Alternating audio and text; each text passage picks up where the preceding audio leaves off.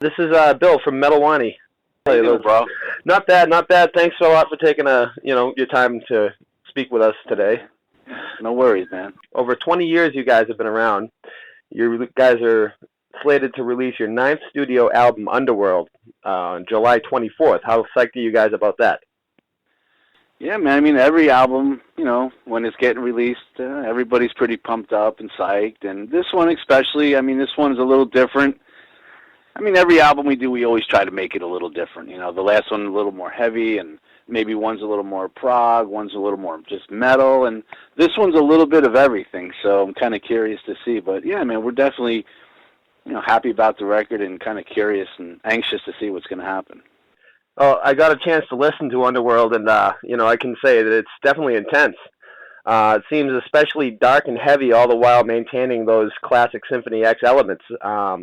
Was there like a conscious effort to produce something new yet familiar, or did it just kind of come together that way? Oh, no, man. It was definitely, we talked about a lot of things early on. And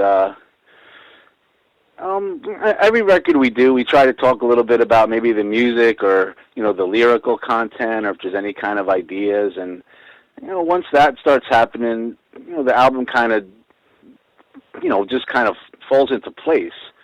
But this one, there was definitely an effort to do some of the things that we've always done. Maybe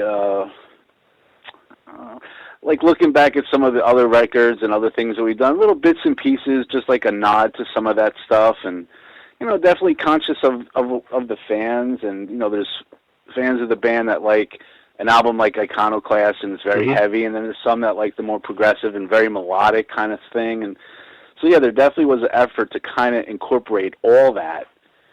And the other big thing, too, was just trying to really make it, like, listening-wise, cohesive as a whole record, the dips and the gaps and then the peaks and really trying to, think of the record as a whole, too. I mean, of course, you're worried about working on every song and making it fit, but that was another big thing, too, just trying to make it seem, like something you could just really listen to the whole thing and it makes sense.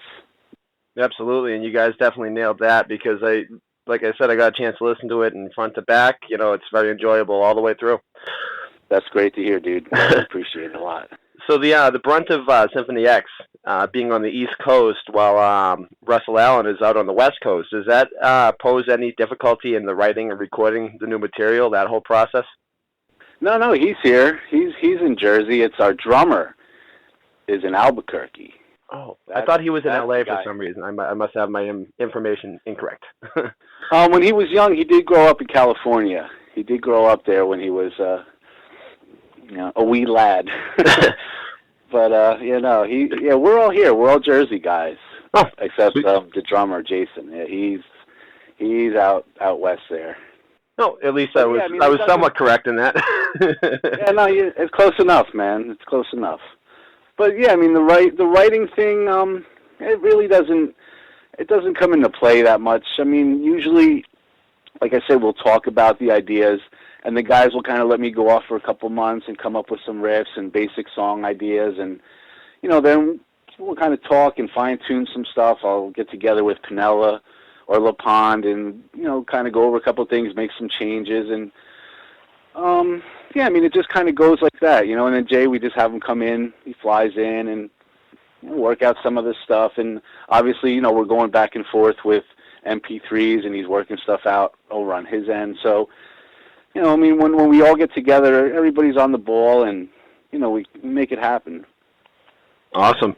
So you yourself are regarded as being one of the best guitarists in the world. With your, there's a lot of younger guitar greats that are citing you as an influence. Do you find that encouraging or intimidating having such a, grand reputation? No, I mean, it's definitely cool, man. It's a cool thing. I mean, all musicians, all of us are always working on our craft, always working on our thing. And then, if there's guys that are inspired by it, influenced, that's great. I mean, what's really great is that, they take things that they've learned from other guys, and then they kind of make their own thing, and just keep that whole that whole thing going, and then maybe someone will be influenced by them years down the road. And, it's just like, any of us, it's no different. I was influenced by all the guys that, I grew up with, and, Randy Rhoads and, Van Halen and Yngwie and all those guitar players. So, yeah, and then you kind of do your own thing with it. And then if there's guys that are, taking bits and pieces of what you did and then doing their own thing and then on and on, it's a cool thing, man. Definitely. So you record all of Symphony X's material in your studio, The Dungeon.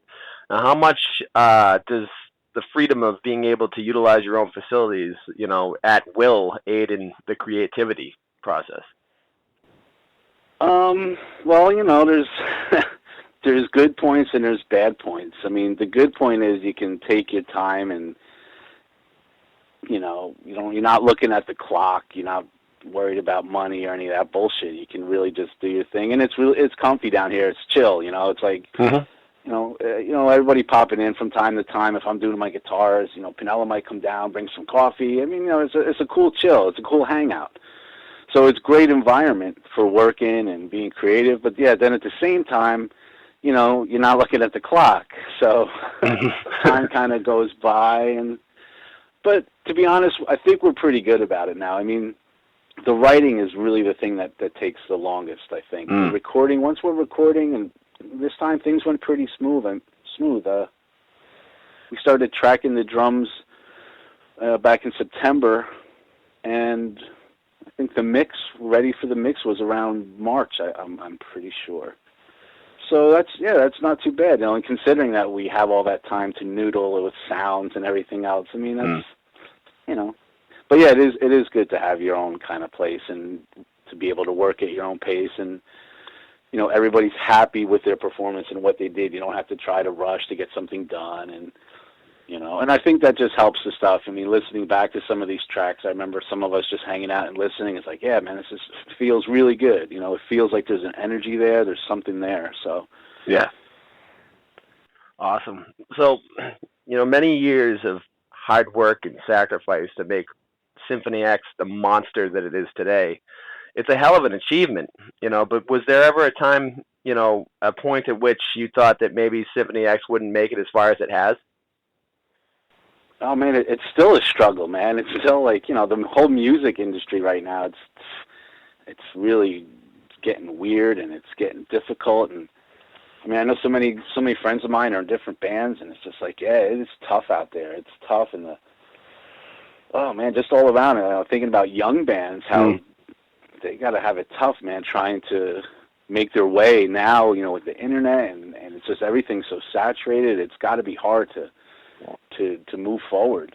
Yeah, from the bottom to the top. Yeah, I mean, we've always just, kept looking ahead and just kept doing our thing, and we always enjoyed what we did, and of course everybody wants to be successful, and you're striving towards that. And no, I think if you just keep working hard and you put the effort and the care into it, I think people can kind of hear that, and I think things move along. I mean, we've always done better or close with every record, and as far as the sales and the touring, it's always been good, moving little by little. So, yeah, I mean, it's definitely a tough gig to do, but yeah, things did turn out good. No complaints. Absolutely. So, other than the impending release of Underworld and the tour with Overkill that kicks off this fall, is there anything interesting on the horizon for Symphony X? Well, I mean, that's really it now. To me, it feels like, we just got done recording, so it's like I think everyone's just kind of taking a breather and, anxious, like I said, to see what happens when the album's released. And then, it's back to, business as usual. We'll be getting together next month or actually later this month now. No, next month. See, I'm in a daze still. We're rehearsing over the summer and working out some different sets and trying to figure out what songs we're going to do from the new album and which ones have to go from the old and that thing. And then, we'll do this Overkill tour September, October. And then, we'll start playing the European tour, which will be, probably February, late January, February, March, somewhere in and around there. And, as time goes, we'll add more shows in South America, of course, and, wherever else, come back here, obviously the States, and do, do a run of just us headlining and Mm-hmm. maybe a different set. Maybe we'll try a couple things. But yeah, I mean, it's kind of wide open now. It's a little early in the game. Absolutely. So, with the massive positive fan reception of Iconoclast, how do you think that Underworld is going to stack up? Okay, I don't know. That's what we're all anxious about, man. Waiting to see. I think it'll be good because, I mean, I think we were just saying, like, some of the fans they like the heavy stuff, like Iconoclast, a little more aggressive stuff, and then a lot of the fans, they like maybe the more proggy side, the more melodic kind of stuff, and I think this one there's a good balance of both.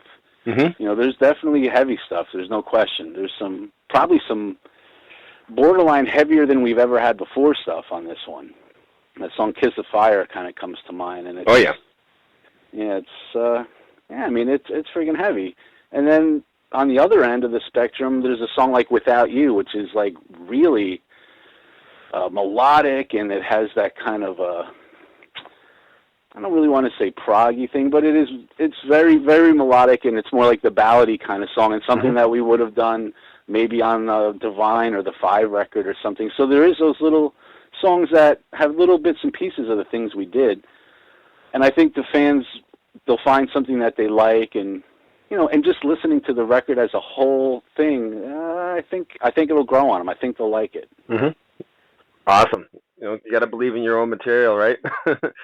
Yeah, we do. I mean, it's up to everyone else, man. I mean, we're really happy about this one. I mean, every record, we're always, of course, you put a lot of work into it, and you do whatever you can. But this one especially, I mean, I think everyone was, you could just tell, man, like the recording, there was a energy there. It was a little cooler. Mm-hmm. Absolutely. So, Symphony X, you guys have toured all over the world. Is there anywhere that you guys haven't played that you guys would like to, or rather even have played and would like to play again? I know that your fan base in India is chomping at the bit for you guys to visit there. Yeah, that's one place that we haven't been that I'm sure next year that will be on the plate, and Australia is another place we haven't been to. Mm-hmm. There's been a couple of times where it's like, well, almost kind of worked, and then there was a scheduling conflict and, that kind of thing. So, yeah, I mean, we're open to play anywhere, and it'd be great to get to some of those places we haven't been. And, this year, yeah, definitely, or next year, really try to make some of those things happen. Yeah. So as you had mentioned earlier, the success in the music business, especially in the metal world, is becoming more and more difficult as the years pass for young musicians especially. Do you have any advice that you would like to offer to any of the young guitarists just starting out? Oh, man. I could be honest. Or, no, that's a tough one, man, because you have to do what's in your heart. You know what I mean? Like, if the kids are about it, man, they got to just go full steam ahead. Mm-hmm. But at the same time, it's a little more difficult these days. It really is. I mean, just the way that the business is going, even just with things like illegal downloading and these internet radio and Spotify and these things, it's like, the artist isn't really getting what they were used to getting in the past, which was, not a whole hell of a lot either. So now it's a little tougher even. You have all these other things in the mix. A lot of bands are turning to touring now, and, eventually that will get saturated. So it's tough. But for me, I mean, I knew it was a tough gig going in, when I started.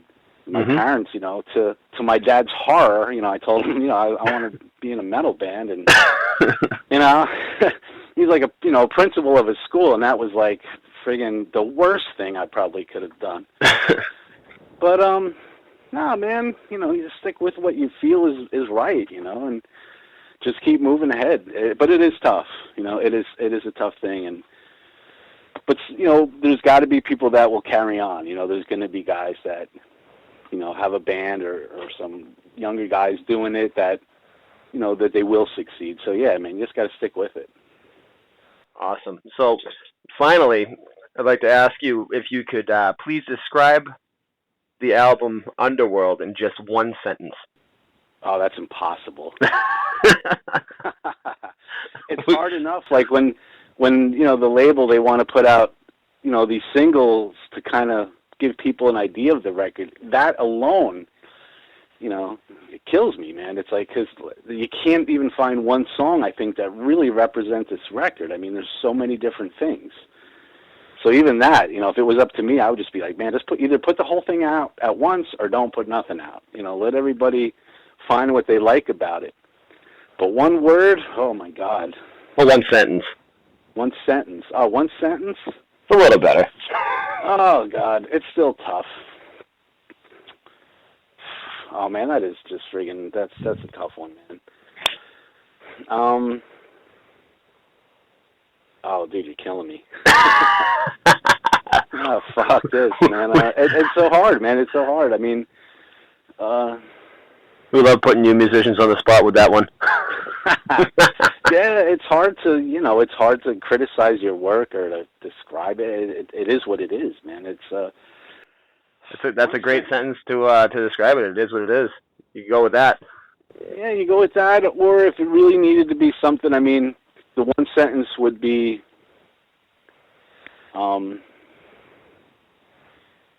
it has all the elements of the heavy stuff and the melodic stuff that we've done over the years in a whole new light.